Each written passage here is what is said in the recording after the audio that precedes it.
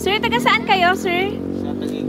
Yes, from Taguig City pa yung family ni na Bossing at dumayo sila dito sa Galaera Moto Gears, Bigawan silang Cavite para magpa-install sa mga tech natin ng Horn MDL. Maliban dyan, magpaparipak na rin sina boss and magneto cleaning and change oil.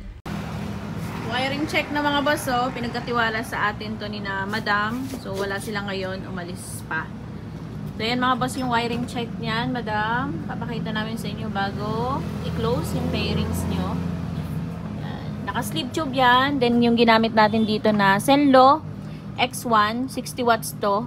So, pasok siya doon sa package na kinuha nyo. Yan. Back to stock horn din sa blow pang. Yan. Naglagay tayo dito ng switch para pwede kayong mamili sa back to stock and loud horn.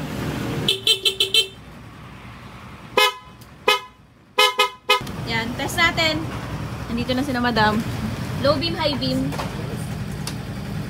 Yan yung high. Low.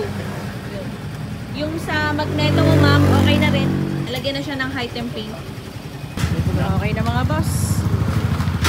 Solid ang pagkaka-install dito sa fats yan ni madam. Madam, okay na po. Salamat, madam. Ingat.